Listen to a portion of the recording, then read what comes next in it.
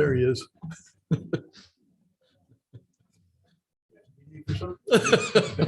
We always need you, but we sure need you today. How are you, sir? I'm well. I hope you are. Yes, sir. Good to see you. Good to see you. Great. How are you, buddy? Doing okay? Yes, sir.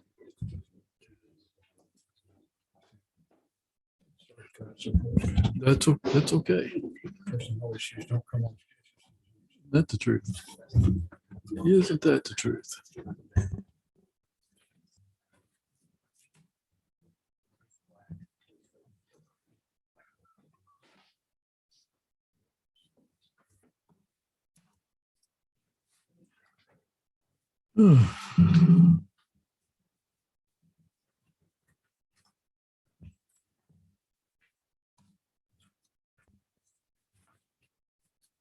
Boy, this is a quiet crowd. It's a little concerning. Yeah. Good afternoon. Nice to have everybody here this afternoon. Appreciate you joining us for the regular Tuesday, February 8th, 2022 Belton City Council meeting. Today, the Pledge of Allegiance with the U.S. flag will be led by Councilmember Dan Kirkley. The pledge to the Texas flag will be led by Director of Planning Bob Van Til, and I will be giving the invocation.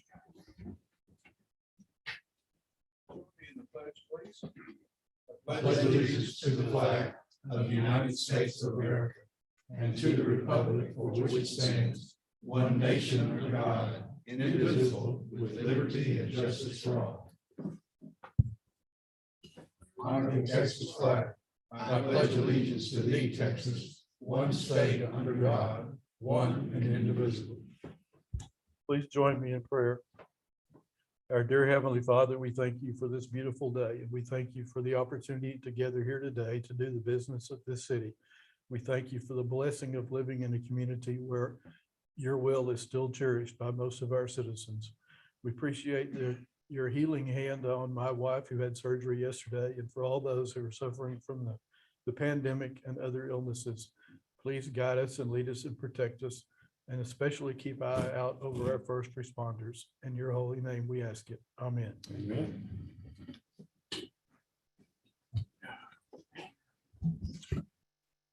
Call this meeting to order. Are there anyone sign up for public comments? Thank you. At this time, I get to do one of the fun parts of being mayor, and that's to present a letter of appreciation to one of our business persons who have been in our city for many, many years. And if Mr. Wells, if you would join me at this podium. Okay, we don't swag. Who is that? You've seen me at church before. I don't always wear them. He gonna try to trade you something for that one. I know where he lives too. Yeah, he does. Let's make a deal. Okay. I'm going to read this proclamation and then I'm going to present it to you. In 1978, downtown Belton was struggling to attract and maintain businesses. But despite the odds, Joe Wells chose to invest in our city. He purchased a furniture store known as the Bargain Barn and opened for business on January 8, 1978. Since that day, 44 years ago, Mr. Wells has not only sold furniture, but provided friendly and courteous service to the Belton community and made hundreds of friends and loyal customers along the way. In today's fast-paced society, we sometimes overlook both the human value and the economic importance of small independent businesses that add to the quality of life in our community. So today we pause to recognize and honor Joe Wells for his decades of service to his customers and to our city. As Mr. Wells himself has said, every time someone came into the store, I tried to turn a customer into a friend. Mr. Wells' positive attitude exemplifies what makes Belton such a special place to live and to do business. Joe Wells, we wish you the very best of times in your retirement, and we thank you for your positive contributions to the city of Belton.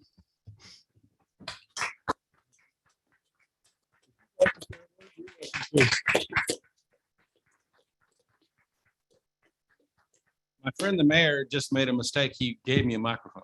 That's, and if I talk very long, you guys won't have dinner or anything else. But it has been a pleasure to be here. I also have both my sisters here, the one in the back, Jeanette and Jan. They both went through the journey with me. They both were workers for years and years and years, and my mother and my father too.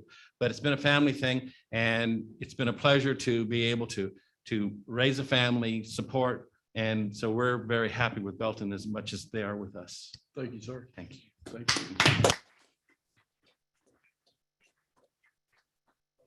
Oh, are they sure they want that? Yes. Yes, that's good.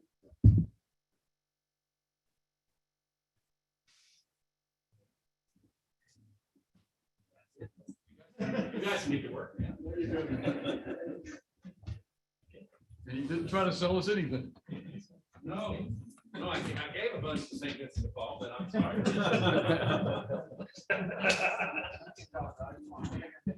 I don't know, I've known you forever, you don't know. You moved in on East Street, January 68. Everybody at Belton knows everybody. My bear? Yeah, bear. Eddie Sassy had a plumbing place right there, and then Bobby Tiller. So we can go. You can talk forever. Okay. Oh, yeah. I think we got a lot of history here. Tonight, items 4 through 13 are considered to be routine by the council under the consent agenda and may be enacted by one motion.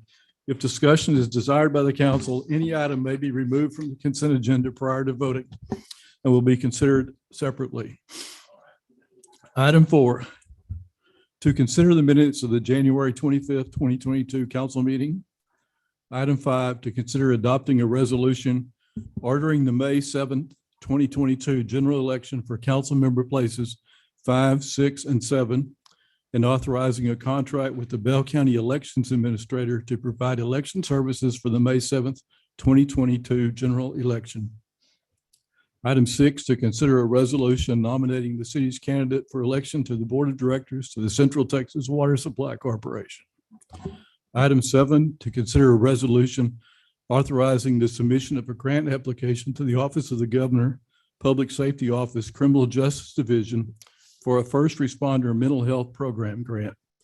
Item 8, to authorize the city manager to execute a contract with Fleet Corp Technologies Operating Company, LLC, through the Region 4 Education Service Center, Omnia Partners, and Intergovernmental Purchasing Cooperative for the purchase of fuel for city vehicles. Item 9, to consider authorizing the city manager to execute an Amendment 4 to the 2018 Water and Wastewater Improvements Professional Services Agreement with Casberg, Patrick and Associates for bidding services related to the Avenue S Waterline Project. Item 10, consider a resolution supporting Texas Housing Developers LLC's tax credit application to the Texas Department of Housing and Community Affairs for a rehabilitation project of the 32-unit development for elderly persons at 300 to 362 West Avenue A. Item 11, to consider approval of the fiscal year 2021 annual report for Belton's tax increment reinvestment zone, TERS. Item 12, consider authorizing the city manager to execute a contract for the purchase of approximately 1.2 acre tract from Clearwater Underground Water Conservation District located on Kennedy Court, north of Powell Avenue and west of Loop 121. And item 13, consider authorizing repair of the Belton Fire Department's Quint 2. If anyone wishes to pull one of those, or if not, I'll consider a motion. I move we approve items 4 through 13 as presented. Second. I have a motion and a second. All those in favor, please say aye. Aye. Any opposed? And the motion is passed unanimously. Thank you. Item 14 under the regular agenda is to hold a public hearing and consider an ordinance annexing the following tracts.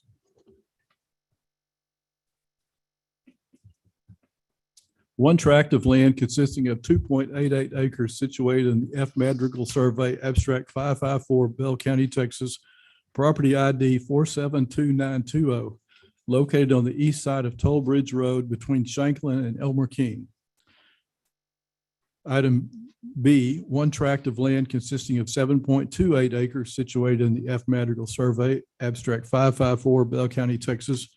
Property ID 105615, located on the east side of Toll Bridge Road between Shanklin and Elmer King Road. And Planning Director Bob Van Til will tell us about that before we open the public hearing. Mayor and Council, thank you very much. This evening, we'll ask you to conduct a public hearing and consider an ordinance annexing 2 parcels of land that are located east of Toll Bridge Road. And as the mayor mentioned, there's the description of the properties. One is about 2.88, which is on the north side, and I'll show you a map here in a second. And the other's on the south end, which is about 7.25, so just a little bit over 10 acres. The map that we have here shows the properties. This one right here is the one that's see 2.88, and this is the 7-acre tract down here. So this is Toll Bridge Road here. The land passes is to the south, and Shanklin is to the north. Just a quick review of how we got here. Back in October of last year, the council approved 18 non-annexation development agreements, extending them for additional 5 years. They all expired in November of last year. However, 2 did not qualify for renewal because they no longer had the ag exemption. And so they have become subject to annexation, and we have made that aware to the owners of that property, obviously, because we've been talking to them about these non-annexation development agreements and that they did not qualify anymore. And these are voluntary. This is a voluntary annexation because in their development agreement, it stipulated that if they no longer qualified for a non-annexation development agreement, that they would agree to be annexed into the city. Just a quick review of the process that we've gone through so far. Back on January the 11th, we asked the council to adopt a resolution calling for the public hearing that we're asking for you to conduct today. Notices were sent to the property owners on the 12th of January. I had to do that immediately, as well as the municipal service plan. And then we had to publish the public hearing in the newspaper and on the website in accordance with state law. Of course, today we're asking for the public hearing and also the adoption of the ordinance, which would annex the property. And then after tonight, if everything, if you do act on the ordinance, then we'll notify all the people that need to be notified about the annexation, which includes utility companies, the Census Bureau, Comptroller's Office, the list goes on and on and on. And that's not a problem. So our recommendation this evening is that you conduct a public hearing and consider the ordinance annexing the property. Mayor, I'll step back. This takes care of my presentation, and I'll have the public hearing, and then we can answer questions later. All right. Thank you, Mr. Van Til. At this time, I would open the public hearing to consider the ordinance annexing those tracts that I have read the descriptions of. Does anyone wish to speak for or against this voluntary annexation? If no one wishes to speak for or against the annexation, I'll close the public hearing and allow the council to consider the annexation. I'm just curious, I didn't see any planning and zoning notes. Does this not go through planning and zoning? Just straight to the council? It goes straight to the, yes, sir, straight to the council. Yes, sir. Then I move we approve item 14 as presented. Second. I have a motion and a second to approve item 14. All those in favor, please say aye. Aye. Any opposed? Motion passes unanimously. Thank you, Mr. Van Til. Thank you, Appreciate gentlemen. it. Item 15, the presentation of the police department's annual report, including the annual racial profiling report. And Chief Ellis is going to go over that for us, and good to see him back in action in your Thank you. recovery. Thank you. Appreciate it, Mayor and Council. Okay. Well, this is the time we get to come to you and talk about the prior year, and I'm gonna be pleased to report a little better year 2021 than what we had to report in 2020.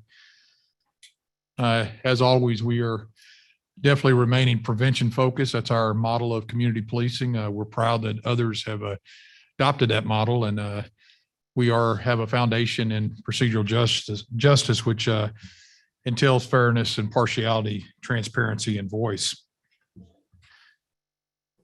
Little highlights of our activities last year. We saw an uptick and calls for police service compared to the prior year. Traffic stops were nearly even, slightly less, but nearly even. Still pretty consistent. About 64% of our stops are warnings. Arrests were up. In 2020, we had a 40% decrease in arrests due to the jail being closed for a good portion of time during the pandemic. We are currently experiencing that during this time right now. And we've seen that over the last few months. So we've seen some arrests down because of a limitation on certain misdemeanors. And then our incident reports were up just a little bit, as were traffic crashes. And I think anywhere you go in Belton, you're seeing the heavy traffic and the experience of the crashes. A little bit about Friday was our busiest day. That's consistent. It's been consistent the last several years. 3 p.m. I believe last year was 4 p.m. was the busiest time of day. August was our busiest month, which is no surprise, the summertime. We're averaging about 91 calls for service per day. And I'm very proud of our team. Our priority one response is still down close to 4 minutes.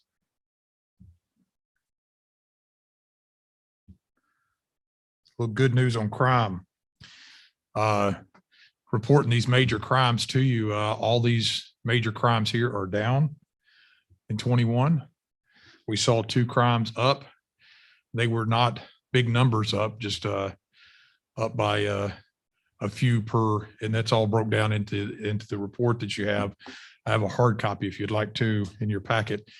And unfortunately, our murders stayed even. We had 2 in 2020 and then again 2 in 2021. One of those is still unsolved. That's the one on the interstate.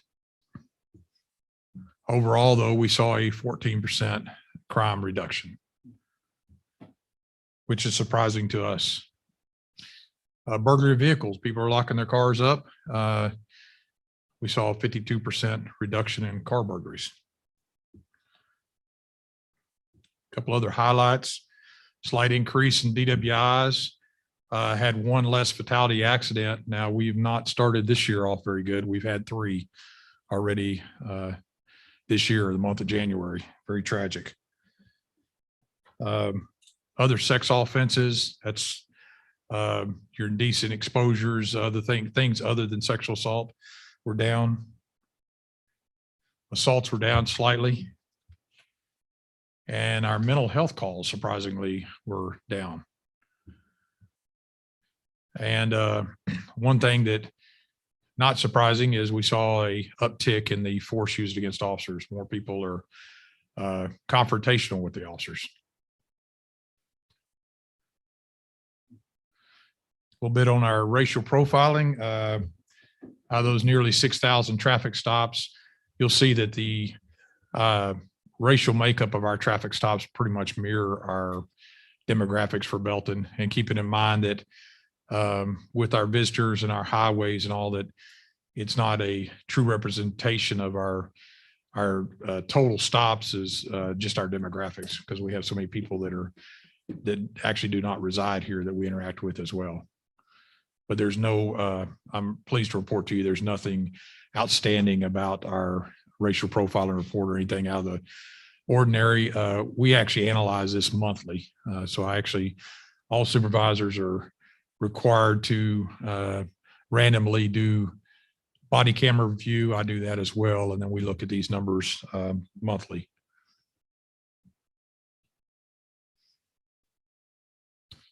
And as we pointed out, 64% of the stops are warnings. So as you can see from up there, that's the result of our stops. Many of them are the warnings. And then it shows you the citation. And interestingly enough, equal numbers of warnings with arrest and citations with arrest.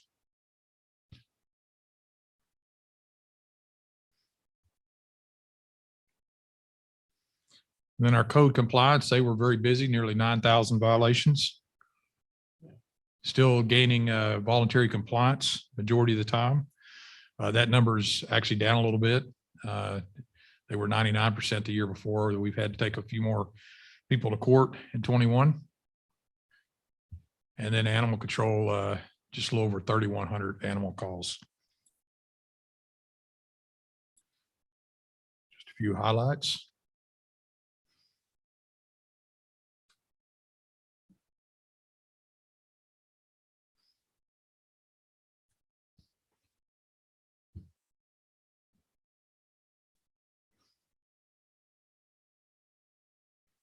And then I'd be happy to take any questions you might have.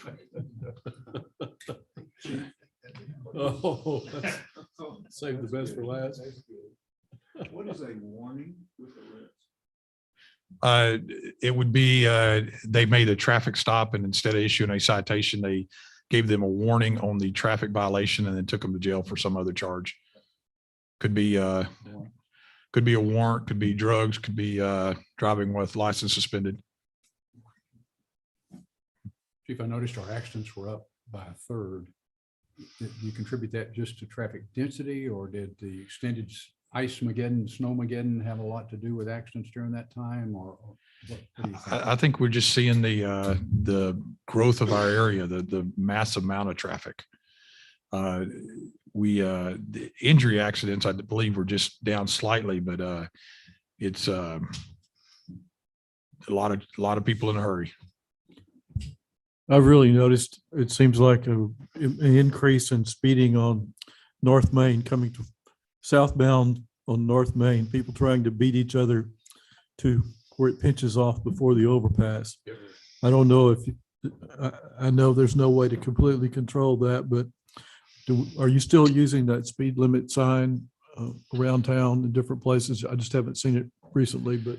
Yes, sir. We do still deploy the speed trailer, and then something we started new in 2021. Actually, we just started the latter half of 2021 is what we call our direct action response team, which is 3 officers dedicated to addressing hot spots, whether they be crime related or crash related.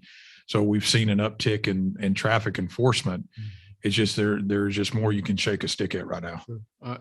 I sympathize with what you're trying to do with slowing those folks down. It just seems like some people think it's a badge of honor if I can cut off 7 cars and get in front of them at that cutoff line. And I don't know how many accidents have been there, but I've seen some that were awfully close. Yeah. So, I've seen several stops there too, Chief. yeah. Yeah, that 3-person team's really done a great job of making a difference, but folks are in a hurry. I don't know why, but they're in a hurry nowadays. Yeah, they are. to get in for the double wet. There you go. Yeah. Was that you in that truck? Yeah. All right. Chief, I would like to commend you and your staff for the goodwill I think that you generate with our community, from the Are You OK program to the 64% warnings. And then just a few days ago, had a police officer knock on my door, and a neighbor's garage door had been open for an extended period of time. And they were there trying to track down the owner to get that closed. And so I think you guys, in a very, very professional way. Thank you. You always get a little anxious when a police officer's at your door, Yeah. but really good guys. And I think you're doing a great job with goodwill. I was curious to know maybe your thoughts, or I'm a little concerned. I was in a restaurant the other day and saw a chalkboard with all the mixed drinks you could get to go. And thinking how we handle that with a mixed drink in my cup holder and driving home. I'm just curious your thoughts on alcohol to go and how that impacts your force. Well, I don't think we're concerned about the alcohol to go. However, the open container law does still apply. So it does still need to be sealed and out of reach of the driver. But we saw a slight uptick in the DWIs. Certainly drunk or drug driving is still a challenge, and we're very conscious of that. And inattention, it seems to be the biggest cause. These fatalities we've had the month of January. I was on the scene on the one out on the loop, and it was just absolutely tragic. And then my last question, code violations, top 3 code violations. That's just kind of don't have much exposure to those. Open storage, junk vehicles, and high weeds would probably be the top 3. So 9,000. Yes, sir. 9,000. That's 2 individuals that do those. Those two, and they do the animal control too. So, Yeah. oh yeah, sorry. Two of our staff members, but they're two very busy staff members that try to keep up with that and trying to get voluntary compliance. Well, give them a pat on the back, because I think in our breakaway sessions or retreat or whatever you want to call it, some of our focus was focusing on internally and what we have and making Belton better. And I think that sure has a big part to do with it. Thank you.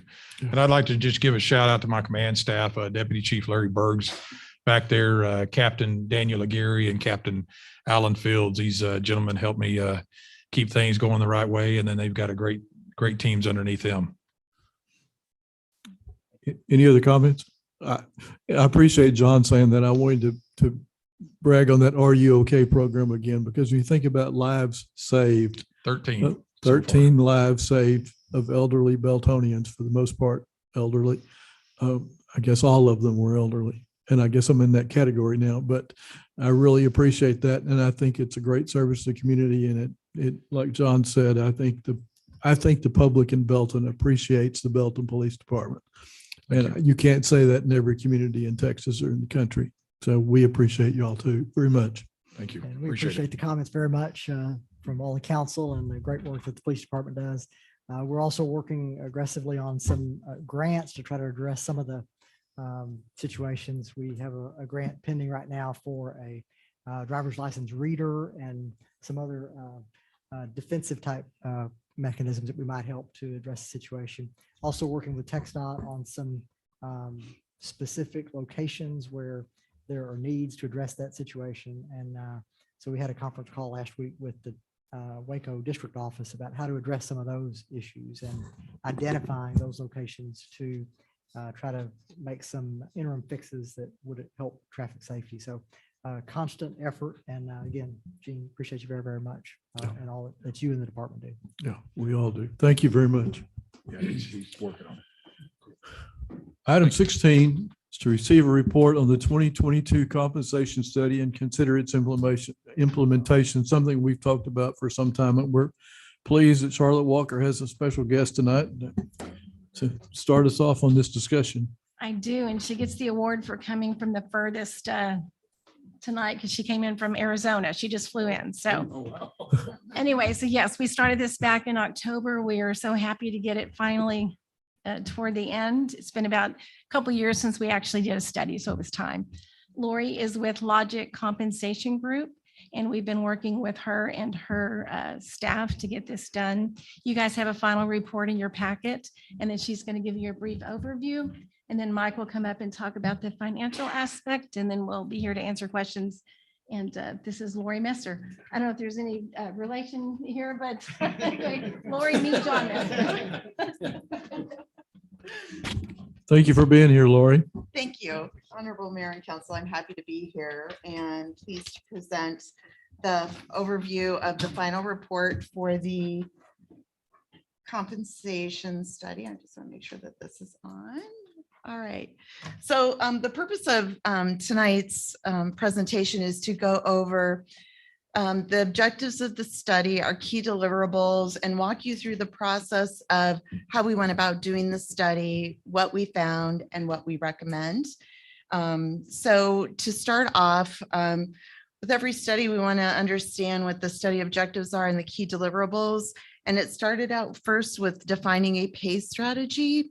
So how does the city want to compare itself against the market? Next, we had to determine what is the market for the city of Belton? Who should we be comparing with? Then we went out and surveyed the market, updated the pay plan, identified what would it cost the city to implement our recommendations to achieve the market position that they want. And then we also identified a plan to maintain the system. It's, the city invested a nice amount of money to develop a system. It's just as important to maintain it over time. Okay.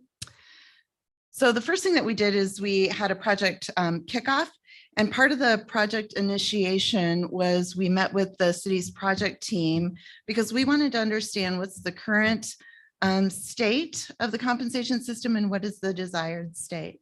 So I have the members of the staff who were part of the project team, and we facilitated meetings with leadership in order to understand what's working really well and where there's some areas of opportunity that we want to make sure that we don't overlook. We documented the city's compensation philosophy, and then there are associated strategies in order to meet that philosophy. And then we identified the metrics that we wanted to use in determining the city's level of competitiveness as well as the comparator labor market. So the first thing that we did is we needed to understand what is the city's philosophy and what are some supporting strategies in order to achieve that philosophy. In looking at this graphic here, this particular study really focused on the top three in this circle: the comparator market, compensation, and benefits. We did look at some benefits in here as well. The total rewards philosophy is comprised of more than those things. In addition to that, there's career development, work environment. With regard to the work environment, we did touch on the work-life balance and that we took a look at the city's LEAD programs. And then there's also performance and recognition. So the first thing that we wanted to understand is, who does the city compete with for talent? And some of the things, who should we survey? So who does the city compete with for talent? What is their location or proximity to the city? We also wanted to take a look at cities that had a similar budget, population, and employee size. And then we felt it was also important to take a look at civil service organizations that had civil service organizations that had civil service, police, and fire. Okay. So we ended up identifying 20 organizations to survey.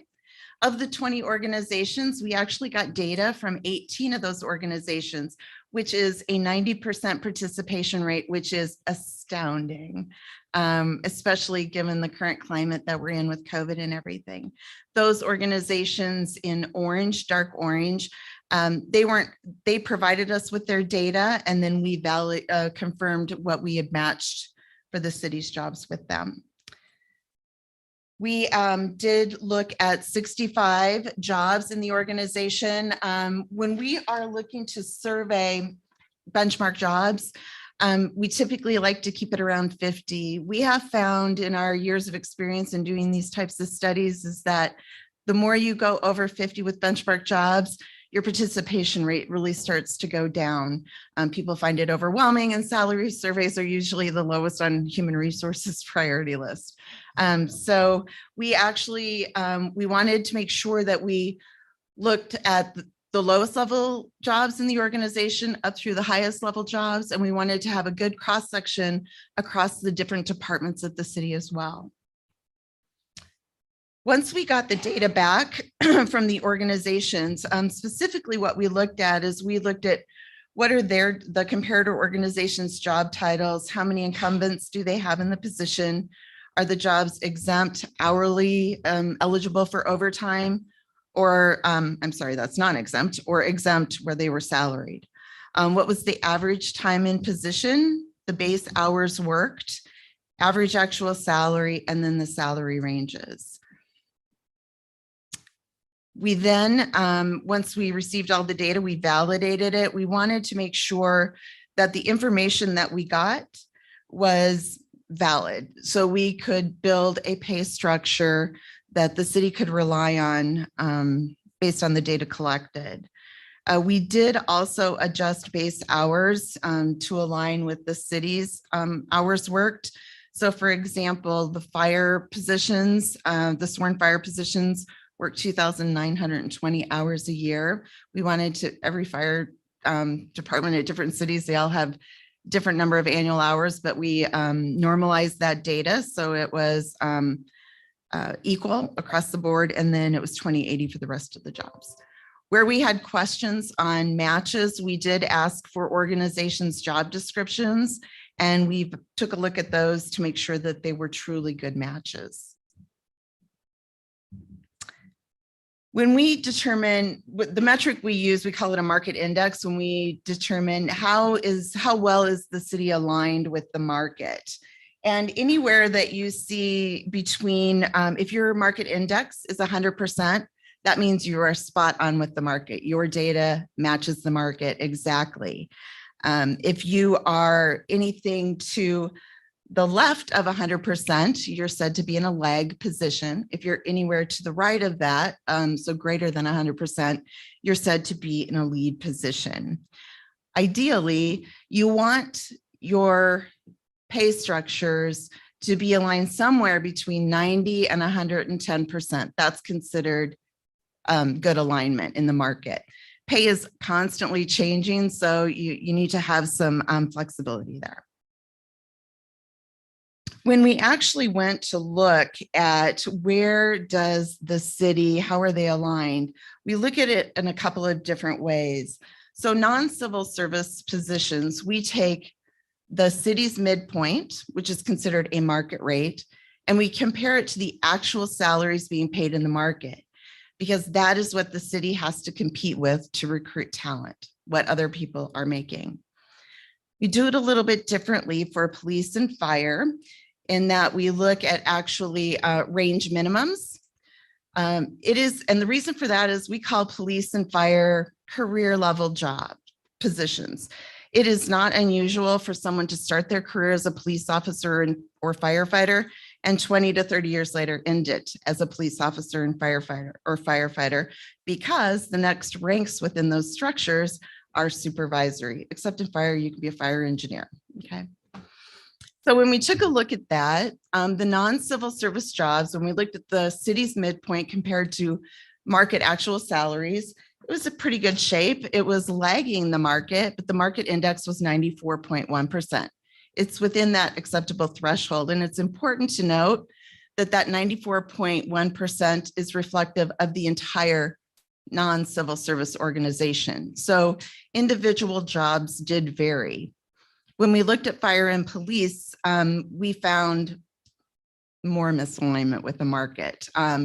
Particularly in fire, it was at 81.7% of market, which is quite low. Police was a little bit better at 91.9%. We also looked at pay practices and benefits. And what we found when we looked at that, we surveyed a variety of things, but overall, what we found is there's only a couple of things that the city likes the market in, which is really good. They're leading in most of the areas or matching the market. So we did not see any issues there or make any particular recommendations at this time. So now that we got the data, we validated it, we understand where the city is positioned. Now what we do is we worked on developing salary structures. When we did this study, we saw that the city was 5.9% below the market. So we recommended an adjustment to range midpoints of 105.9% or 5.9% increase. That would get the city from an aggregate perspective to match the market today. Okay. We kept the city's existing range minimums and maximums, which is a 50% spread from the minimum to the maximum. We also did make some recommendations for realigning some jobs in the structure, those that were either misaligned or significantly misaligned with the market. And then we also took a look at internal equity. So did any other adjustments need to be made to maintain the internal equity? We are also recommending that where there were actual salaries that were significantly misaligned with the market, adjusting pay to be within a more acceptable range of 90%. And also recommending an across the board increase of at least 2%. That 2% market adjustment to the ranges doesn't quite keep up with what we're seeing from an inflation standpoint, but we wanted to be conservative. We're hearing a lot of noise about what organizations are going to be doing, and we tend to recommend to our clients kind of a wait and see, because what people want to do and what they're able to do from a budgetary standpoint can be two different things. So we stayed with the 2% recommendation. The cost to implement for the non-civil service jobs is approximately $139,000, which is not bad. That is 2.6% of payroll. So considering all of the adjustments that were being recommended, the overall cost impact was 2.6%. And keep in mind, that is just base pay. That doesn't include, legally required benefits, retirement, and those add-ons. Mike will address that when he comes up. Then we took a look at the civil service, police, and fire. And what you're seeing here on the screen is the two new step movement recommendations. Currently, the step movement for police and fire is every other year. We are recommending that those step movements occur on an annual basis. That aligns with the rest of the employee population. So we created a crosswalk to reference current ranks and previous ranks, so we could understand what the cost implication would be to the city to make those changes. So let's talk a little bit about the fire, civil service fire first. For the firefighter rank and the assistant fire chief, we looked at both of those because those are the first rank and the last rank in the civil service structures. We looked at range minimums for those, and then we developed the overall structure and fit the rest of the ranks in between those two jobs. We did maintain the pay range differential for ranks between the firefighter and the assistant chief. And we placed employees at a step corresponding to their current rank. The cost to implement for the civil service fire based on our recommendations is roughly $352,000, which is 24.5% of payroll. If you recall, they were almost 20% off the market when we looked at the range minimums. Then we looked at civil service police. We here again used the minimum, the median, the 50th percentile of the market range minimums for the police officer, which is the first rank in the structure. We looked really closely at the city's adjacent cities when we did this. As you know, in today's climate, sometimes recruiting police officers has become a big challenge for many organizations. And the city's biggest competitors when it comes to police officers has to do with the adjacent cities. So when we looked at those adjacent cities, that would have brought the range minimum to 60,000 annually. And we felt that that was a pretty big jump and stretch. So what we're recommending is more of a phased in approach to get to 60,000. So it'd be a 2-year implementation for that. So we ended up recommending a starting rate of 58,500 for police officer. The steps for all ranks also use the 2.5% between steps. And we also took into consideration compression between the ranks. That is often an issue with step systems. So there is no step overlap between the ranks in the police officer. As I mentioned earlier, after police officer, you go to sergeant, and it's a little untraditional to have the supervisors making less than the people that they're supervising. The pay impact for this was approximately $508,000, which is 23.7% of payroll. Then we established some guidelines for implementing. So I provided the costs for non-civil service and civil service jobs, but here's what we did. The implementation costs are based on a point in time, people are joining the organization, leaving the organization, whatnot. So this is based on a point in time. No employee would be paid less than the salary range minimum for their job. Anyone whose pay exceeds the proposed maximum of the range, they would not be receiving an increase. And no employee's salary would decrease from their current rate. As I mentioned earlier, the costs associated do not take into consideration, legally required payroll types of expenses, FICA, retirement, whatnot, anything that's derived from pay. We did kind of have a caveat that the city may wish to apply some, have some discretion with regards to increases to account for performance and tenure that have not been implemented. We don't have knowledge of that, all of that performance, what have you. So that has not been incorporated into our models, but it is an option for the city to consider. We also, if the cost is prohibitive, there you may need to consider a multi-year implementation. The one thing I caution with multi-year implementations is if you do go that route, that you don't want to go beyond 2 years. You want to do year 1 and year 2, because once you start getting out to year 3, sometimes a lot can change in 3 years. And when the full study doesn't get implemented, it can create some dissatisfaction with employees. So now that the proposed plan has been developed with whatever the city decides to actually adopt, it's important that the system be maintained over time. When you maintain the system over time, when you go to do your litmus test and do a study like this, which we recommend every 3 years, the goal is this type of a study is going to say, hey, you're doing pretty good, or there's a few things that have changed in the marketplace, some adjustments need to be made, but you won't realize a cost impact like you're seeing in this particular one. That being said, I'd like to turn it over to Mike, and he will talk about implementation costs.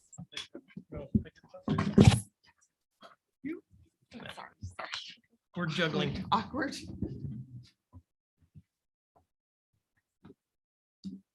Okay. Whoop. Now comes that part. So before I kind of walk you through kind of how do we do this scenario, I want to be perfectly clear what we're trying to accomplish. And I think we should shout it from the mountaintop. Okay. What this plan will do. We said most of our costs are in civil service, right? We kind of knew that going into this exercise. So if the study is implemented, beginning level or base pay for a police officer would increase from $48,460 a year to $58,500 a year. After adjusting for years of service, the average increase for our police officer positions is $10,811 annual pay. The beginning base pay for a firefighter would increase from $42,118 to $52,204. And the average increase in pay for a firefighter position is $12,074 a year. On top of that, non-civil service employees would receive a minimum of a 2% increase in pay as part of this study. We are making leaps and bounds by implementing this study to make us more marketable and more competitive in our, especially in the civil service side of the house. So I kind of wanted to make that clear as before I start talking numbers, because there's some big numbers. Okay. So first, let's do this. I kind of wanted to walk you. I'm sorry. Yes. Can I ask a question before we get too far? Yes, sir. Because some of this involves probably what you're going to talk about, but I wanted to be up front. When you mentioned nobody would receive a reduction in salary, do we have any civil service employees currently that would essentially receive a lower salary if we dropped them to where they're supposed to be? No, sir, not civil service. I don't even think we had any on the non-civil service that actually would be Perfect. Okay. but we certainly wouldn't drop anyone's pay in the. And then And the just implementation. clarification, payroll is out of the general fund. Correct? It actually is the numbers I'm showing you. I'm just showing you kind of general fund numbers, but there are water sewer components. So some of the employees are in water and sewer, drainage, and your internal service fund. So the general fund doesn't really absorb all of this. Well, It's just the majority by far. the bulk is civil service, which is general. Correct. Absolutely. That's correct. So I kind of wanted to do a kind of what a walk forward of these expenditures because they're recurring costs. I mean, these aren't one-time things. Once we do this, they're with us. So the first thing is we're kind of like today, we're right at about $9.5 million in costs. The study, if we implemented base pay increases, I mean, that's because that's exactly what Lori said before.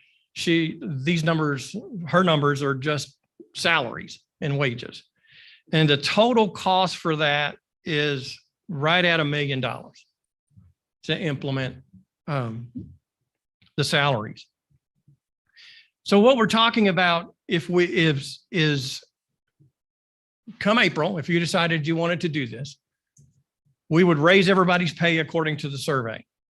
But that being the case, I only have 6 months worth of costs in fiscal year 22. So essentially I'm absorbing $500,000, $499,000 of those costs in 22. And of course, I have to add taxes and retirement to that, which gets me to about $590,000 of additional personnel costs prior to September 30 of 22. Now, walking forward to 23, now I've got this other year, half year, if you will, or other half of the total cost that I got to reach to. But on top of that, in 23, now we're in this new fiscal year, and we've already raised everyone's pay in 22. Now we have this new thing called an annual step. Lori mentioned that our current pay plan calls for civil service pay increases every other year at 2.5% every other year. Okay, think about that. That's 1.25% pay raise per year in effect, right?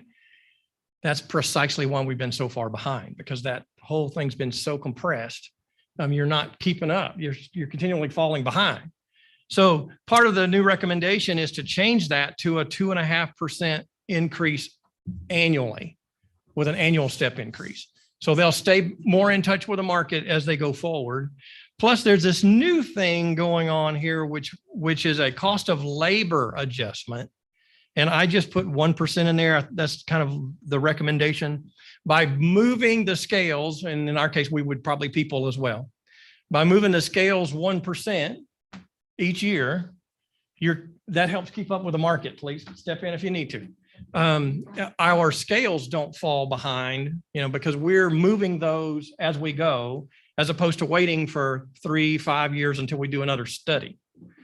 So I think the recommendation is if you move the scales each year, and then we're now doing annual increases instead of biannual increases, if you will, we're able to stay better in the market longer. Now, the cost of that in 23 would be $346,000. So I add tax, title, and license to that. I'm right at $1 million in additional costs in 23. So now my cumulative cost over 2 years, essentially to implement this plan over 2 years. And a better way of saying that is not because we're implementing it all at once, paying for this plan, the cost of this plan over 2 years is $1.6 million. Once you do the annual step increase in there. So now when I get out to 24, in 25, you'll notice I have no more study implementation costs. Those go away, but we still have to do the annual step increases, merit increases, et cetera. You see that over 4 years there's a $2.4 million increase in payroll costs from today over 4-year time frame. Okay, that's recurring costs. So what I want to do now is let's talk recurring revenues. So I'm looking at these two recurring revenues that we have there, property tax and sales tax. Those are not our only two recurring revenue sources, but that's 70% of the revenue in the general fund. So I'm just looking primarily at those two for this exercise. And we only control one of those two, and that's property taxes. Okay. So looking forward here into the future, if we just I'm telling you, if I just take the trend as we've been seeing, and that is property value growth is around 7%. We typically see around $37 million of new value each year. A 12% increase in growth in the TERS, that sort of stuff. If I just take that scenario and push it forward into 23, 24, and 25, you can see at a 63-cent tax rate, that's just our current tax rate, that our tax levy increases $456,000 in 23, $575,000 in 24, $615,000 in 25. Now, what I am not telling you is that our tax rate has to be 63 cents for the next 3 or 4 years. What I am telling you is we have to keep an eye on our property tax rate to ensure that we're recovering these sorts of, and again, this is just 2 of our recurring revenues, this sort of recurring revenues to keep up with that recurring expenditure. Sales tax growth at 5% kind of gives me these numbers: 245, 258, 271. And so you can see at the end of 2025, I have $2.4 million of recurring revenues, of cumulative revenues. It would be at that point where revenues would have caught up with those expenditures that we've added. So now let's look at just taking these things together. Cumulative revenues and cumulative expenditures. Ideally, it should be that your recurring revenues are sufficient enough to cover your recurring expenditures. That's the best way to cover payroll, right? But we have some shortfalls in each of these years. So in 22, net expenditures, I have $590,000 more expenditures in 22 than I'm bringing in additional revenues from now until September, right? But you will recall when we adopted the fiscal 22 annual budget, we included $568,670 for pay plan adjustments. And that was to implement this study. Now, I wish I knew exactly that was the number. I'd have patted myself on the back for being within 21 grand. That's not the case. It just worked out that way. But I'm with that budget in there already. We're covered for 22 if we do this starting April 1st. Now, if you look forward in 23, I'm $888,000 short in cumulative expenditure or cumulative revenue over expenditures. But what we can do is, and we'll talk about that at the next agenda item as well, we have the ability to use American Rescue Plan Act dollars, ARP money, to cover as a one-time revenue source that $888,000 shortfall in fiscal 23. And that's a good thing.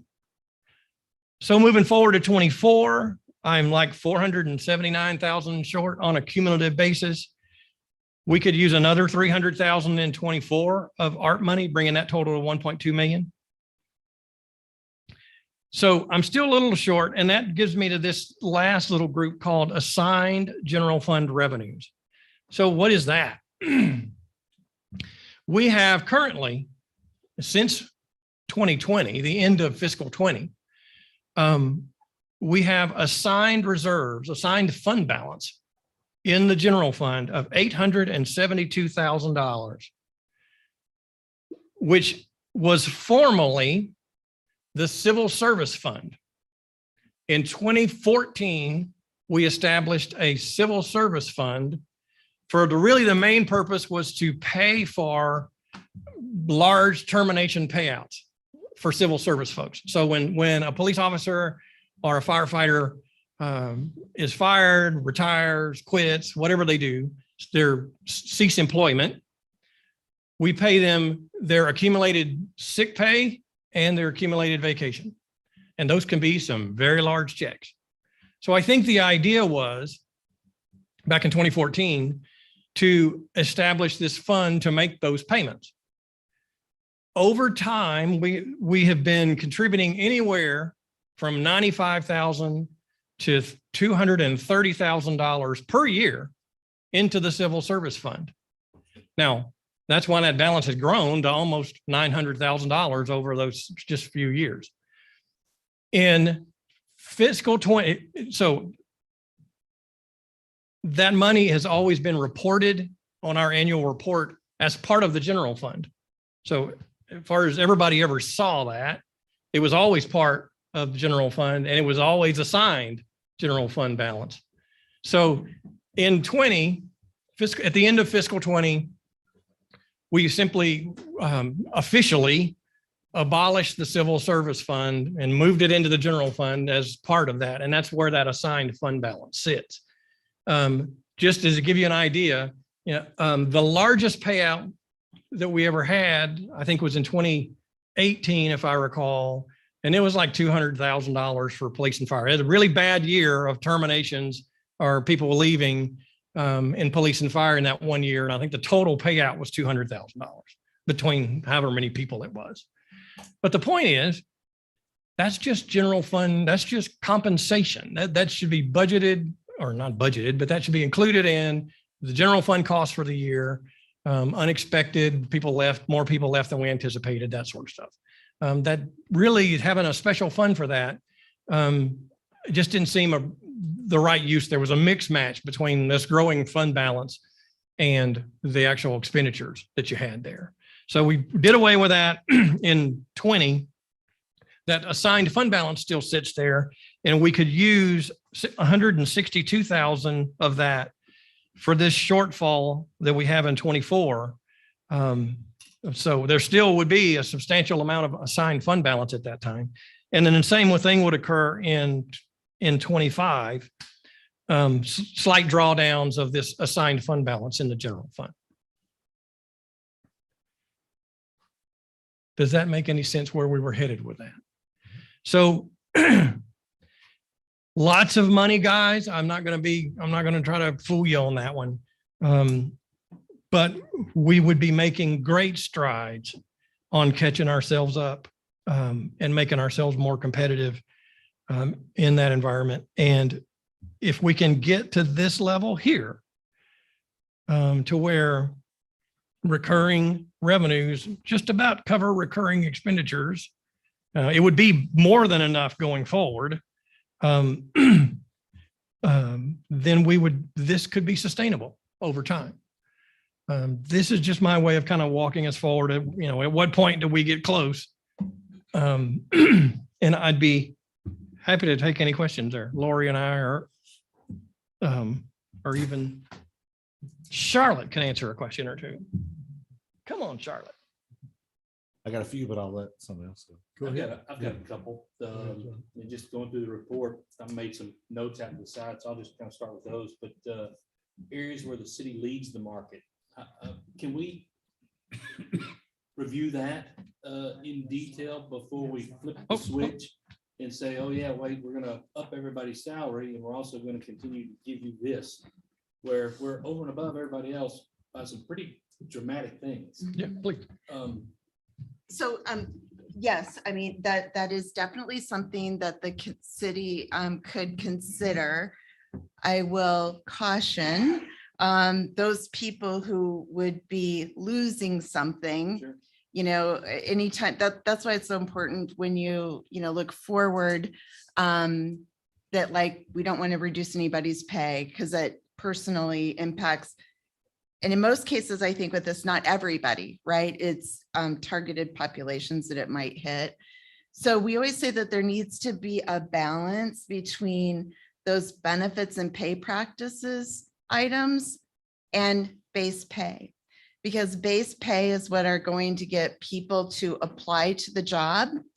And so the benefits and pay practices stuff is what will help them to stay. So that helps with the retention. And that's the reason for making such a big jump in the first year, like from 48 to 58 and then 60 the next year, to get those people interested in applying and make our jobs more attractive in the marketplace. Mhm. Absolutely. Instead of a reduced rate. we did mention on some of those pay practices things that the city take a look at them, not for action this year, but looking at them next year. Maybe when you look at the market again, some of those areas where you're leading the market might end up catching up to you. And in places where, you know, so it could balance. It sometimes changes over time and I'll tell you, there's a lot of cities doing these types of studies right now, looking at the same thing, given the current economic and labor crisis we're in. Anything away from Yeah. anybody, but I think we can limit future growth Right. of sick and vacation accrual. We've done that once before. And we know that's going to be an inflated number when it comes time to pay that out. Correct. So having those unlimited and just continuing to skyrocket the big balances is kind of painful in the end for the city. A couple of other things that I noted were contributions to Hsas and the benefit opt-out payment. If I don't have any benefits, I get additional comp. You know, how many other employers are doing that? I don't know. The biggest thing that we're seeing on that side of the house is that not paying people out if they opt out, but kind of penalizing people if you can get, if your spouse or whatever has an insurance offering at their employer and you choose to go with the city, sometimes there's a penalty for that. I'm really for letting them pick, but you know, if my wife's plan's better and more cost effective for my family, Right. I'm just going to do that. To pay somebody to do that and just not be on our plan, I'm not sure about that practice. And so something to review. Yes, we are certainly. Those are just some of my notes that I had. As we went through that, that was exactly what's kind of like a next year start, our second year as we go. There's that benefit component of this entire study. Exactly what you're saying. We need to start looking at that side as well. This is just pay. And do hiring bonuses go away when we implement this? I think we did a $10,000 hiring bonus. So we continue that, or does that stop with our new comp plan?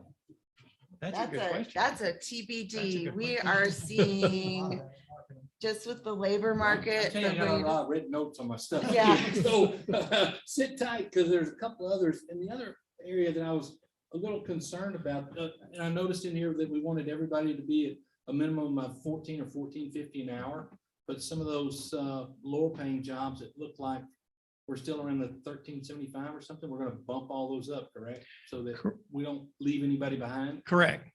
We'll take some folks, I think we have some at 14.50 and some will be at 14 and our bottom number will be 14 for current employees. Is that correct? We did decide to bring everyone to 14. As a matter of fact, we did that in the fall. We did that in the fall and we brought everybody to 14 an hour. And quite honestly, we found for recruitment, that was a good move for us. It was especially for public works and we were having a hard time recruiting. So so we just decided, I think the low end of the range was 13 something. And we decided just to bring it up another quarter, an hour, and 14 looked good and sustainable. So I think that's great for the city. Yeah. And to be competitive in the work environment sure helps. I guess the other area that I kind of focused on was the demographic information for the group. I think our city of 24,000, total annual budget of 34 million. And then you look at the bottom and the high number was 100 population of 160,000, total annual budget. I mean, it's just a big number with total FTEs like 1471. Are they in the comparison of what we're looking at? Because I think if they are, boy, that kicks our percentage, sure impacts the percentage that we're looking at when somebody's got a $371 million budget Right, compared exactly. to our $34 million. Normalized some Why of would that. we So- include that group? Yeah, we did, when we look at cost of labor, we did normalized pay in the geographic area. So Colleen, I think, is the city that had the bigger numbers, but they are your next door. They're pretty close here, like next door neighbor.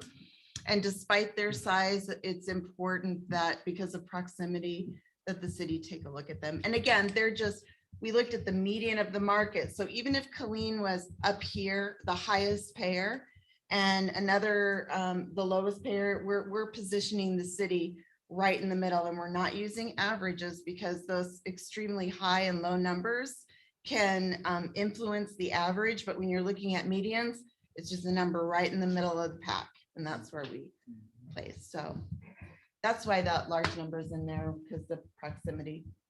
But the median is a budget of 57 million. Overall, We're 30, so I mean, the median seems to be a little high, what's the city's? 34. 34. So when we look at that, we kind, our With parameters almost are double the number of employees. overall, you want to have no less than half your size and no more than twice your size. So that range, that's kind of the range that you want to work in. And when we looked at the aggregate, that number fell within that overall range. You know the numbers, but that just caught my eye. Yeah, no, good question. Yeah. And I guess the only other thing that I had a question on, I guess I didn't realize that firefighters have 2,904 hours or something like that versus everybody else's 2080. And I'm kind of familiar with the 2080 in the past, but and the other vacation information, some other benefits really caught my eye, especially for longer term employees and the accrual rate versus the mean. If you look at that, you know what I'm talking about. I don't know how you take some of that away or accrue at a slower pace, but that's a big expense for the city. Absolutely. And one that also accumulates because we let them accumulate it and then have a much higher payout factor at a later date. Another thing to note is that for sick leave for fire and police, civil service requires that we pay them out sick leave. They have fire can get up to 1080 and police 720. Whereas for regular employees, we don't get paid for sick leave when we leave, but we're mandated to do that for them. I appreciate the work. I know it's tremendous amount of that goes into that. Also appreciate everybody that participated. I hope we reciprocate with other cities or communities when they ask us for a salary survey. It's no fun to do. And I want to ensure the police, fire, and employees that I am fighting for you. I realized that probably in 2024, somebody's going to have to vote for a tax increase. And to stick with, we're keeping it at the current rate. That's the reason we were at $38,000 for a firefighter, and in 9 years got up to $42,000 because it just doesn't work at 2% every other year. We've got to go in and make an adjustment. And I think we've done some other things benefit-wise to really enhance the overall job and benefits package for our employees. And we appreciate them, and we don't want them to take a huge hit to have to work for our citizens. So I think we should all prepare ourselves that eventually down the road, that 63 cents is going to have to change to fund some benefits, but that's the cost of doing business. Excellent comments. Daniel, you had I a do have a question? few questions to add on to that. I'm in the same boat fighting for everybody. You probably see, I'll want to take a step further when I get to the end of my questions, but my question specifically, end of year 2021, general fund balance, unassigned, off the top of your head, roughly. We I should have done a little ended, more research, but it's high, right? it's 7 million something, I think, Unassigned. unassigned. And then I think. I know No, we've it's actually talked like about this 5 point, before. 5 something. have we had a 5.4. year-over-year increase on that pretty steadily? Okay. Yeah. My theory is we've been telling people for the last year and a half, I think more strongly that we're trying, something's coming, we're going to do something. I'm more in the boat of if we're going to do it, we have civil service employees, especially who have waited long enough. I'm more in the realm of if we're going to do it, is there an approach to do it all up front? It is. Take the risk. We get an email every month that say we've exceeded our sales tax numbers. I don't see that slowing down. There's really good things happening in Belton. Bet on black or red, whatever you call it, and use the ARP funds next year to Well- maybe catch up. And then maybe if we get to that point and everything is nitty gritty close, that's 900,000 that we can potentially earmark somewhere else. Correct. So just to clarify, I'm showing this, we called it kind of a multi-year implementation, and it appears to be so in that slide right there where I'm doing half and half. But in fact, it's not. The implementation 6 will months. occur one time. It will occur, if you agree, the first payroll in April, everybody's pay would be higher, based and change modified based upon all of this stuff, all in exactly what you're saying. But so it's actually is implementation immediately, but then I'm showing how we're paying for it in that fashion there, just to kind of get a feel for, I mean, I could have put $1 million right here in 22. That's really what will happen. But the fact of the matter would be, we're only going to have half of those costs in the 2 years. So it is X out my whole page. it's April. It So would it's be not partial bumps now in April and then another bump in October. correct. It's all in April-ish. Well, and then really one question, I don't know if it's known, but civil service wise, would we have the biggest jumps in like a 1 to 5, 5 to 10, or 10 plus year range categories? Or do we, I don't know what our retention is. I don't know how many employees we have in those, but and it's a number. I think if we research it, I'd like to just know personally, but This jumps. like, so do we have more employees in the 1 to 5, 5 to 10, or 10 plus range in our departments? I think it would depend on if it's fire or police. Police would say 1 to 5 and fire would say more toward the end because their longevity is, they've got more people that have been here for a while. Okay. Wouldn't you say so, Chief? Yeah, we'd be fine.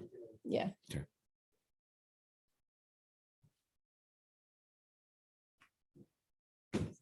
There's a lot of positive aspects about what's being presented to you. Implementation at mid-year helps. The ARP money helps. The fact that the council budgeted $5,600,000 in this current budget for implementation helps. So council was certainly thinking ahead as that money was set aside. So the timing is helping us do this to implement it. And of course, the cost for the 22 year is obviously less. We recognize at the other end of the process, the tax rate is going to be important. Revenue monitoring each year is going to be really important. Property and sales tax. And while there's not a commitment or an absolute requirement that tax rate stay at 63 cents, we don't know what the property value growth is going to be. All those calculations we have to look at annually, but clearly there's a commitment to a significant increase in cost to implement what really needs to be done and what we've been talking about doing for quite some time. And so it's certainly important to think about all those things, but Mike has done a great job in putting a multi-year plan together to let you visualize what might happen. What I would encourage y'all to do is take a moment and hear from both chiefs and let you hear their attitude about the effort that's gone into this and the result that's being presented to you. So if we have a minute to hear from Gene and Chief Certainly, Quint, we I think do. that'd be really, really helpful. Sam, can you just make a quick comment? Do you think this is the best use of American Rescue Plan Act money? We'll have an item following this that summarizes our recommendation for what to do. And absolutely, it's allowed. It's something that helps us get there because I don't see how we could do this general fund wise without relying on those funds. It helps us bridge the gap of this time period in a very effective way. And I think it was one of the things anticipated by the legislation that was done. So you'll see our recommendations for the $5.7 million. 1.2 of that, 1.2 is what we're recommending out of that. So it's not the full use of it, but it is a meaningful, substantive, and important use of those dollars. Our total will be 5.7 million. And we're going to discuss using 1.2 million of that 5.7. Okay. Oh, Chief Fontenot, you want to go first?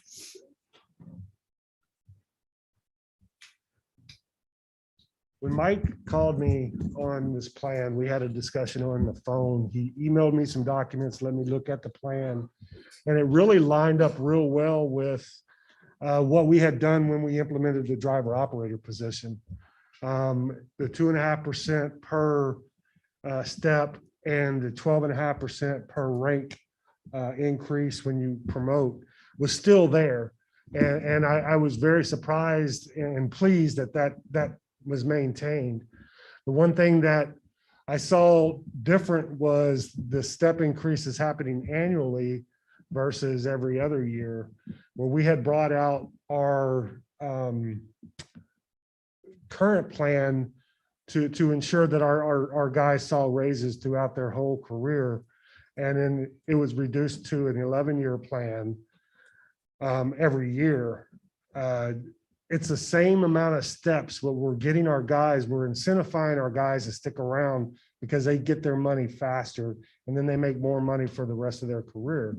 So after looking at that aspect of it, I called Mike back and said, you know, all the complaints that I just said, forget them. This is a really good plan. It benefits our firefighters very well, and it incentivizes them to stay for the rest of their career.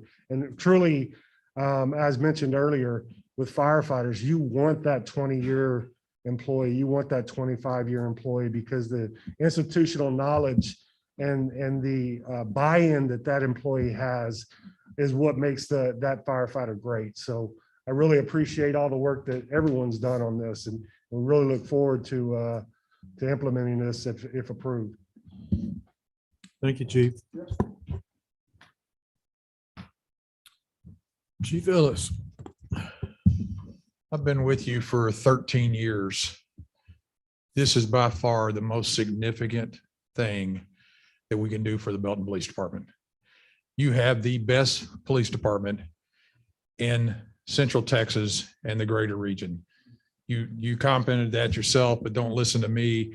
Listen to others who emulate what we do.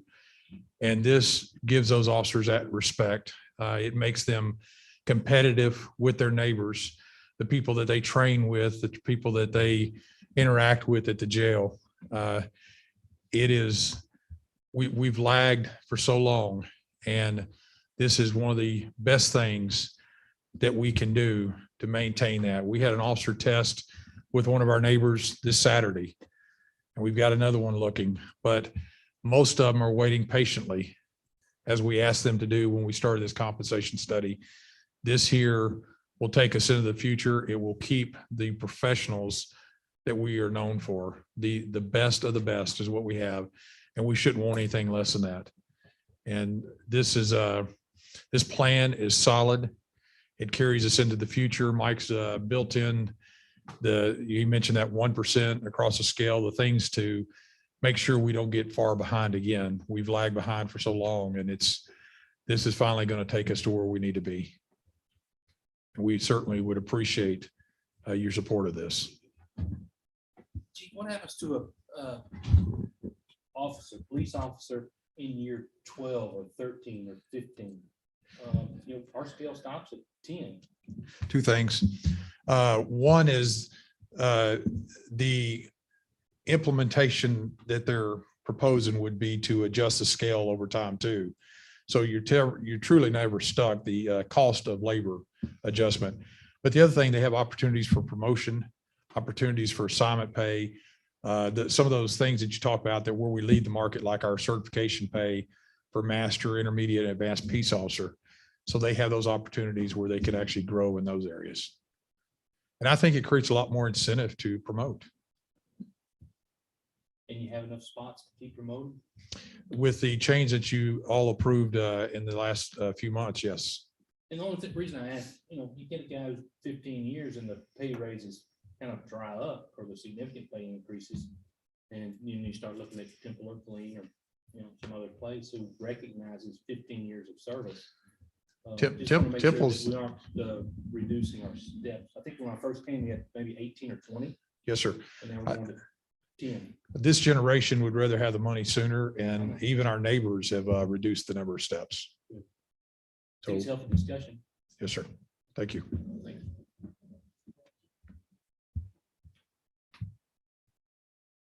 Dan or Craig, questions? A comment. I'm thrilled. This to me looks exactly like what we ought to do. And I think the the funds that are coming to us provide us the bridge is the term that you use, Sam, and that's exactly how I'm seeing it.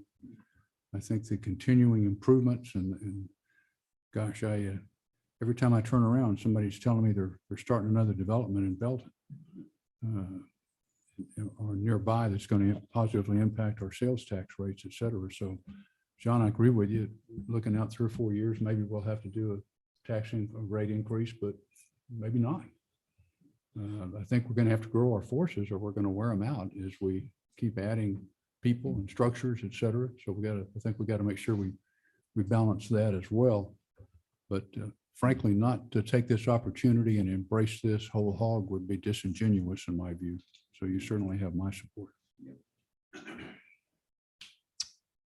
Dan, did you have a comment? Amen. Amen. Okay. The amen corner over there. Thank you, sir.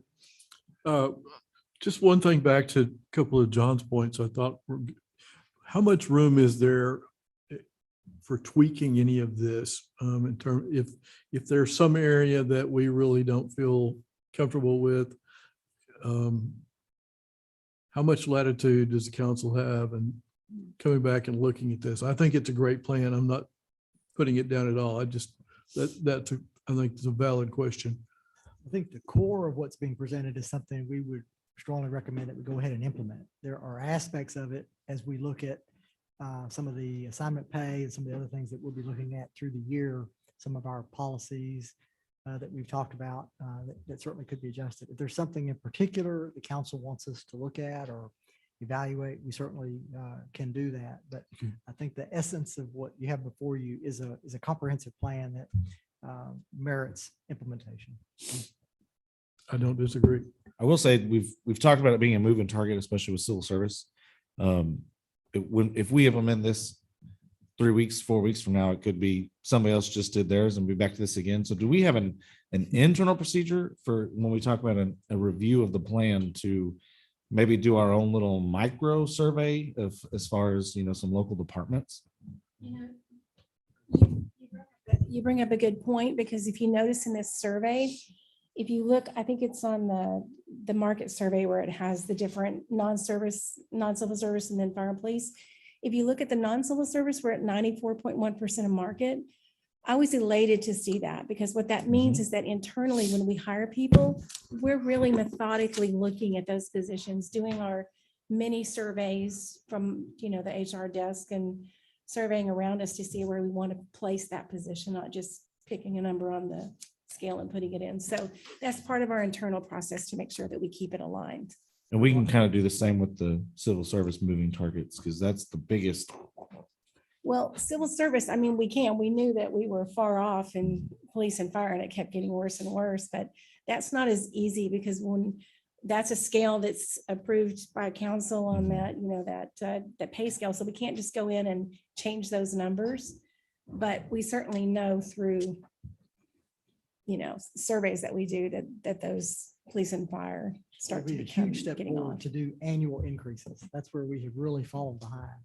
Certainly the other cities, everybody's getting ready to start budget for next year. I'm sure we'll see increases. And so the comparisons and the challenges will continue. And we want to continue to stay as close as we can. Lori mentioned a comprehensive survey every 3 years, but we certainly need to look at it on a more regular basis as we go into budget, see where we are when we implement in 2023, and then perhaps do something internal, like you said, kind of a mini survey to kind of see where we are, and hopefully we're close to the targets that we've set out. Mike, I feel pretty good about police starting at 58.5, and then as they gain in years of service, that step percentage gets closer to 1 or 100. And at the starting, year 2, it's at 0.703. But then when you look at fire, that number seems a lot lower to me. And this first step at 52.2, and that percentage at 0.447 of the market, is that where we're going to be? Do you mind? Yeah, that's page 18. And that's the fire department pay scale. Isn't that interesting? Um,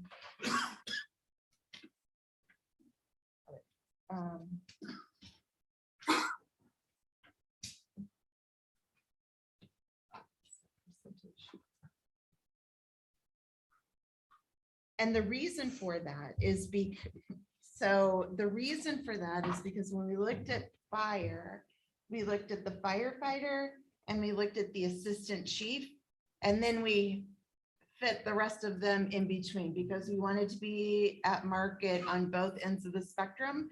So we were trying to address issues of potential compression while maintaining, you know, the 2.5% between steps. So that is why there's more fluctuation in their percentages. Are we close to the market for a firefighter? Oh, yes, yes, this does put you at market at the 50th percentile. That step dollars, like 2.5% is just saying that that's equal to 44 cents, 45 I cents. didn't Yeah. understand. And that's also somebody staying at the base level.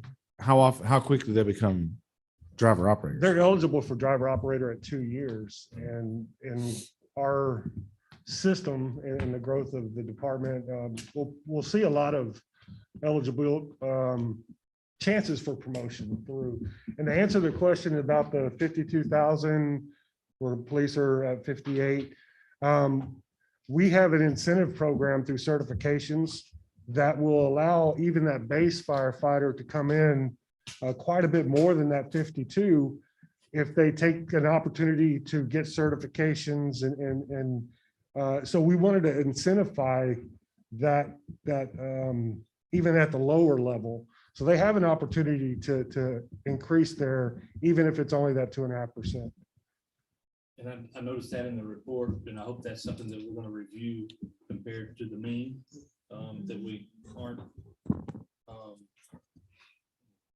The salaries, we brought the salary up the line, but we've been overpaying on all these additional certifications that they can get. So now, boy, somebody can come in. I just wanna make sure that We can provide the doing city it with a more correctly. detail, the detail, I'm not sure if we've already given it to, but we can It was in provide there. with the detail. So how far over market are you? Versus how far under market are you? So we can provide that to the city. And call-in pay, I think, was another area that, there was a pretty big difference in the mean. I mean, I've read the stuff, so, information notes out to the side. And I've helped in the past with this, and so, kind of near and dear to my heart, and, we try to solve it, without raising taxes in the past, and I think we've got a pretty unique opportunity with some additional influx of funds. And the need is there. I know the billboards are out there, and other communities are hiring and enticing. And we need to keep our people and pay them appropriately. Are we billboard worthy after this? Are we- Mouth will do it. Yeah, ask if we're a billboard worthy after this. That's why I shouted on the mountaintop. Shout it. Any other questions or comments? I really appreciate all the work that y'all have put into it.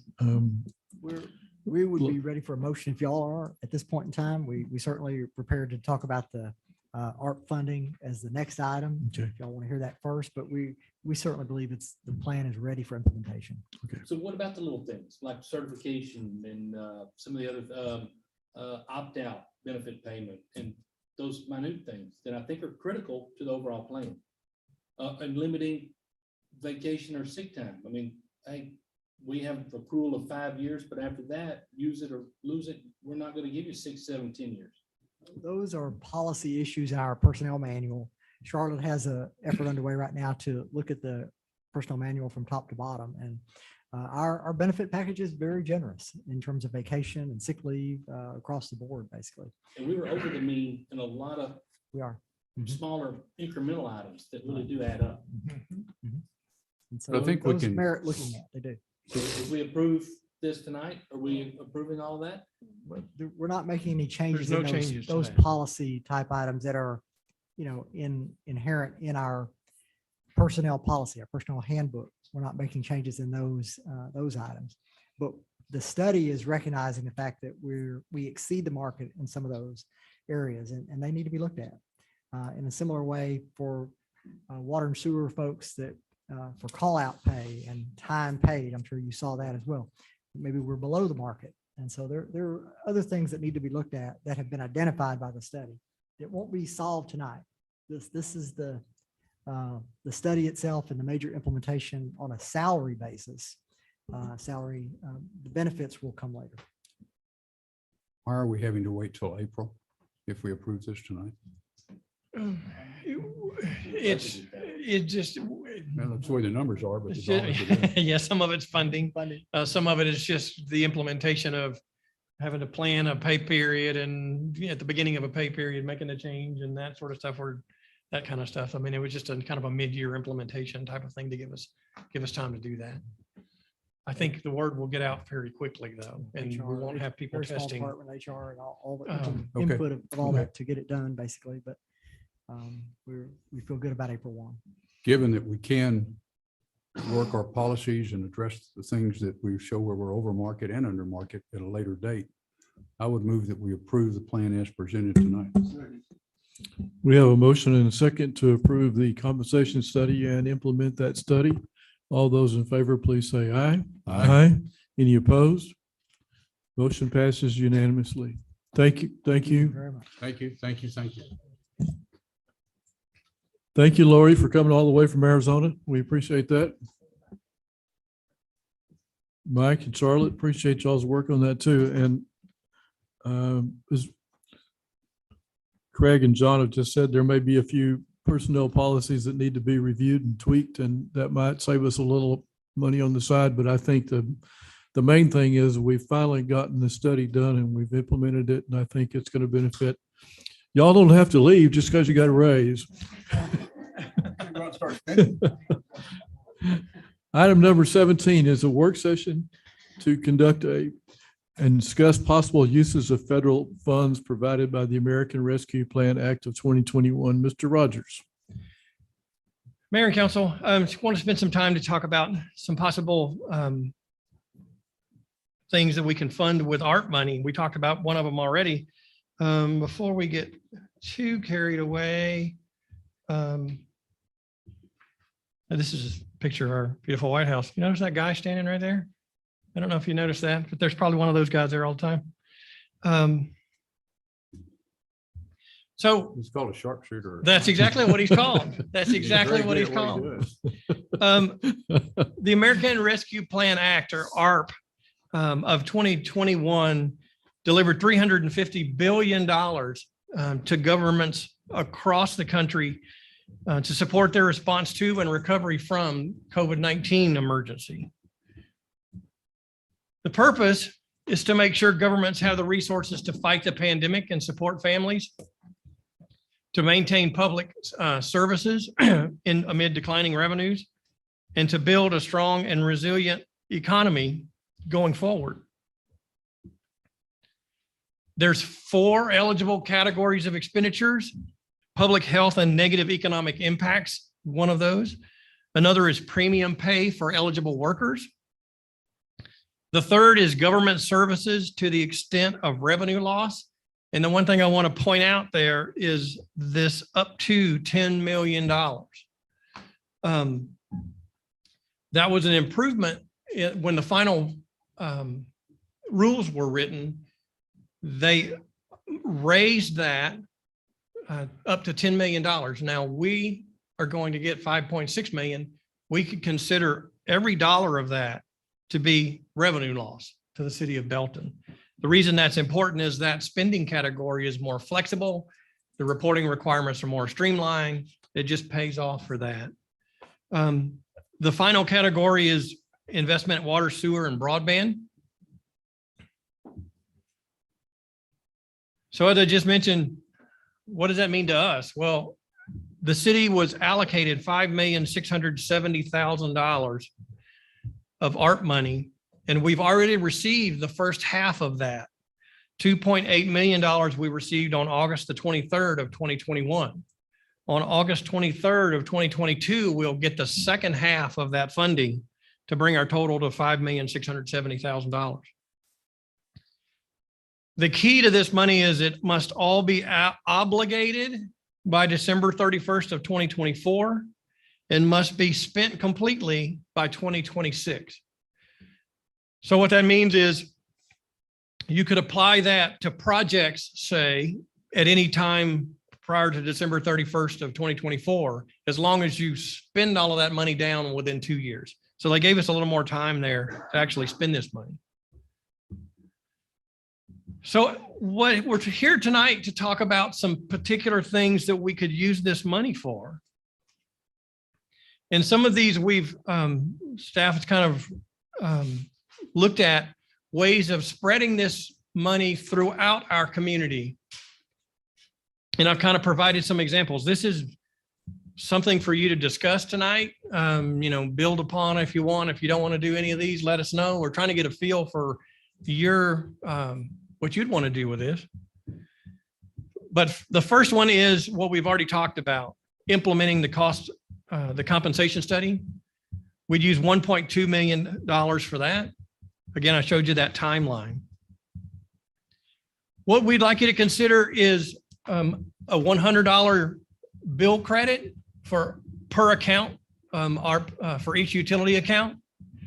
We have about 8,000 accounts. So that would be $800,000 that would be used for that. Now, the way that works is we're not writing checks to people, we're giving them bill credits. So essentially the city gets to keep that $800,000 because we're using it. It'll go towards revenue replacement. Another thing that we talked about was $100,000 maybe to continue local food distribution programs. We could do another small business grant program that we've done in the past now. I just kind of have $250,000 assigned to that. And the American Rescue Plan Act identifies or acknowledges the severe impact to the tourism industry and specifically mentions tourism as an eligible use. So I kind of have $300,000 there that we could use for grants to our hoteliers to mitigate the financial hardship that they experience, revenue declines, if you will, while things were shut down for COVID. Another interesting thing, another category that they have, expenditure category, is this disproportionately impacted households. So if for an area that's in a qualified census tract, essentially a low income area, the rules allow you to invest in that neighborhood, and the actual use is called to promote improved health outcomes.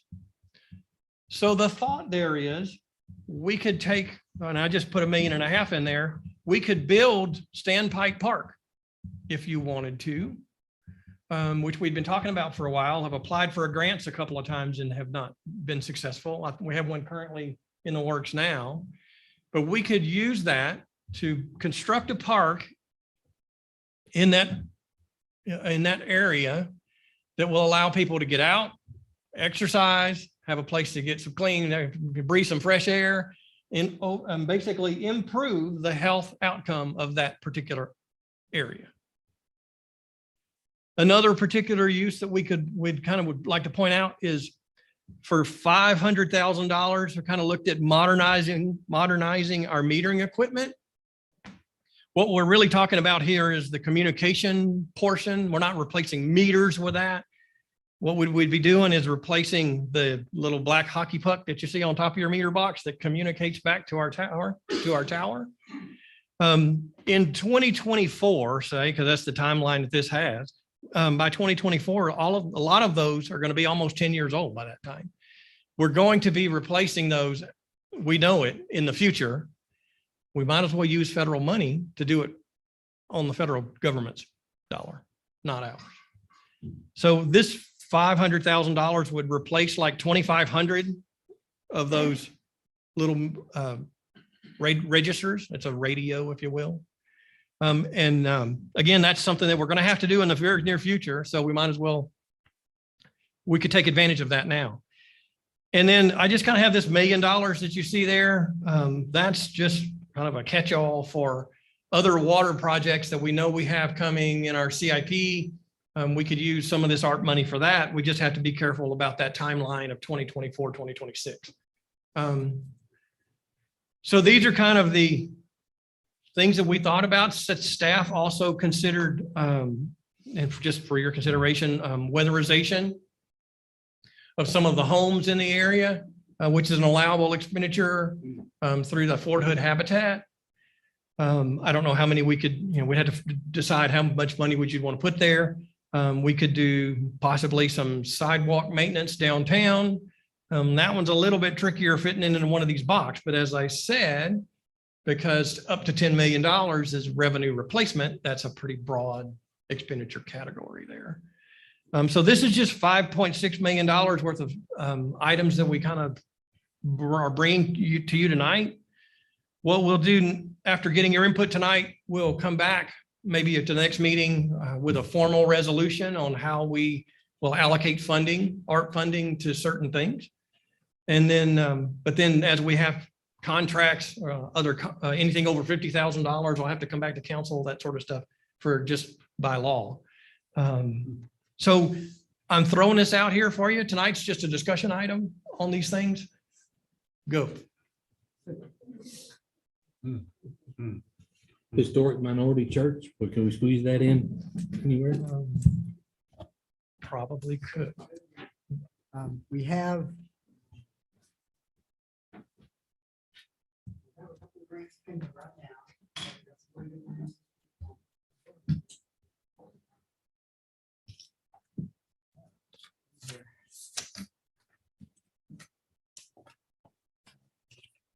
So we have a couple of grants pending right now. And we certainly could, we'd like to see the outcome of those first. One is looking promising. Another one we're waiting to hear, taking a little bit longer, about 8 weeks to hear from.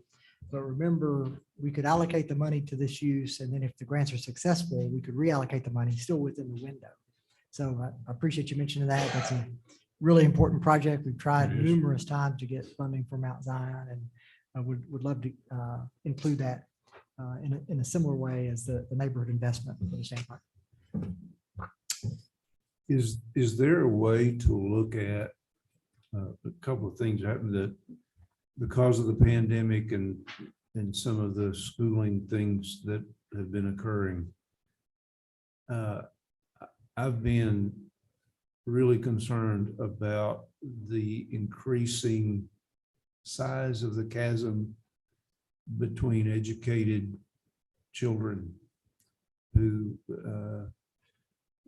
we just had some incredible increase, it seems to me, in that regard, with children who haven't been able to get the education at home. And there's some programs I think worthy of looking at that are doing some after school kinds of things for kiddos to catch up, because the scores in that arena are going way down in regard to some. And would this be something through the school district, or would it be a separate program?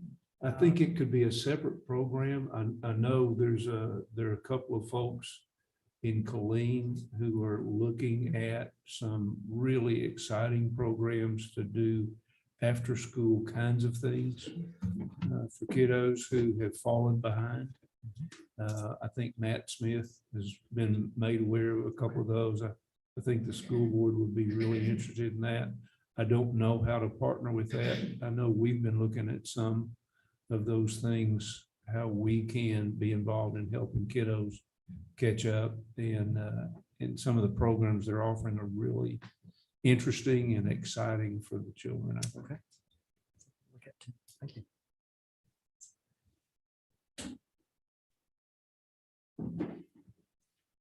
I mentioned during the pandemic, when we get through this, I sure want to do something for the citizens.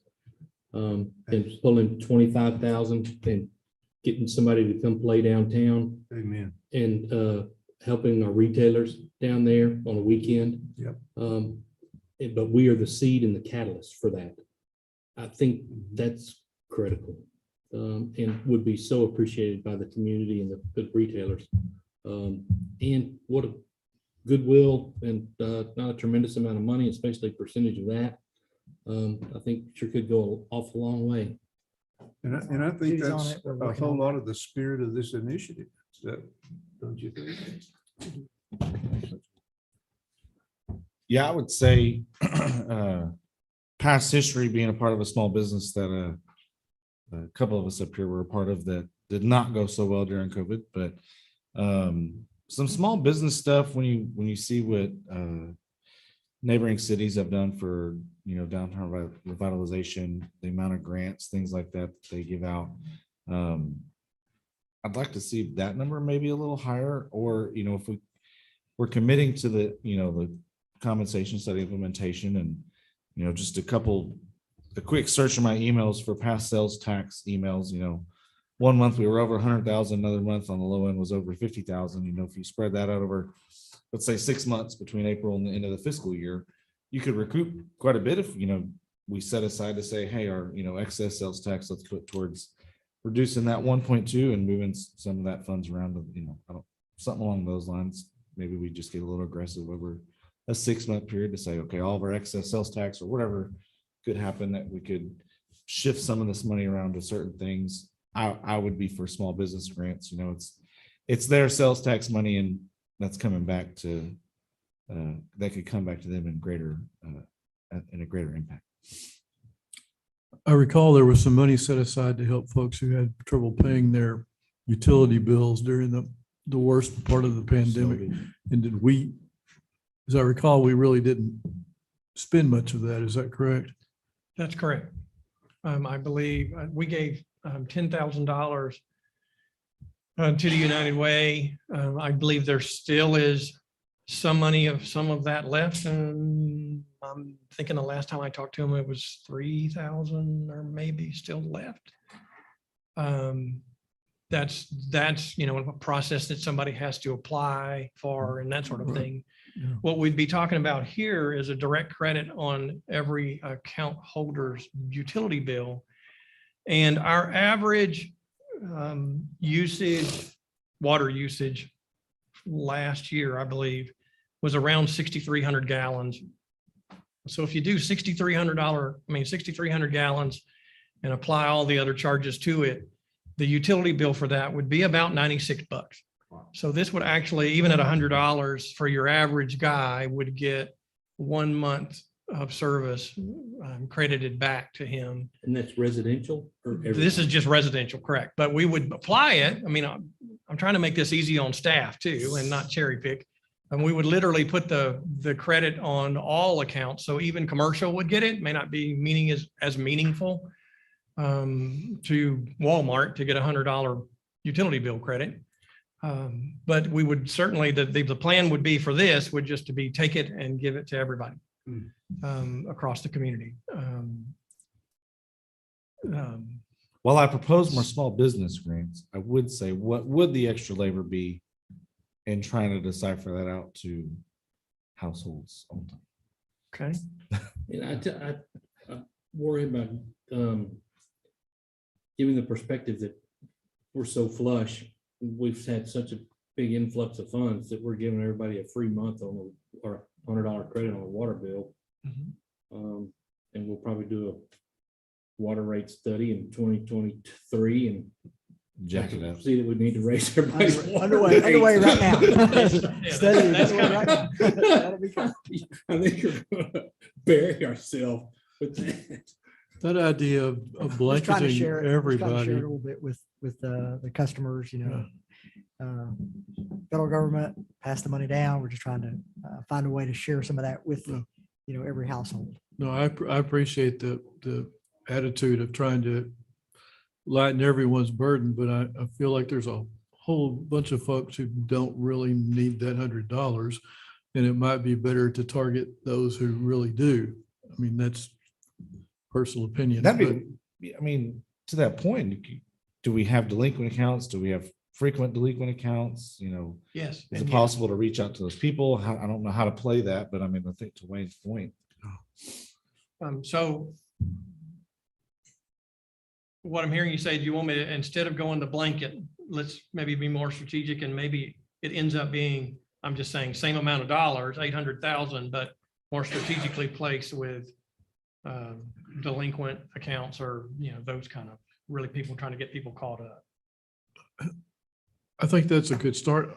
My personal thought was I'd like to have some more time to think about how we're going to spend this money. We're in no. Yeah, right. And I know we're not, but I'm just making that point is I can think of things like the Senior Citizen Center and some other things that really desperately need some refurbishment and even maybe expansion or whatever that we might be able to help with.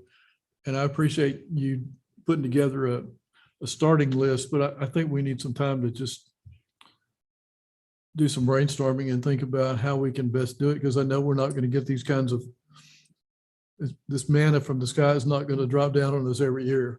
Correct. So I think it's a good start and a good way to just start to try to get our focus and give us some time to.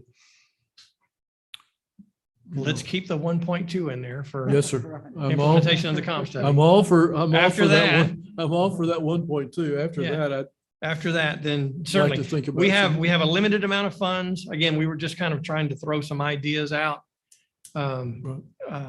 Yes, there's no urgency in making a decision. I said next meeting, we'd bring back a resolution that can be May or June or sometime. The point would be to try to get it out and this money into the community as soon as we can. Sure. And that's kind of what we were trying to hit on. It's kind of very serious. I wouldn't personally think we need to go to May or June, but maybe March or April, give us Right. some time to really think about it Yeah, and just y'all and- give that some thought and spend it wisely. absolutely. We want to And make I a would- good use of the dollars. I would think the compensation in a park would move pretty high up on the list in terms of priority. And we've been thinking about it anyway. It sure would be neat to fund the park with that money.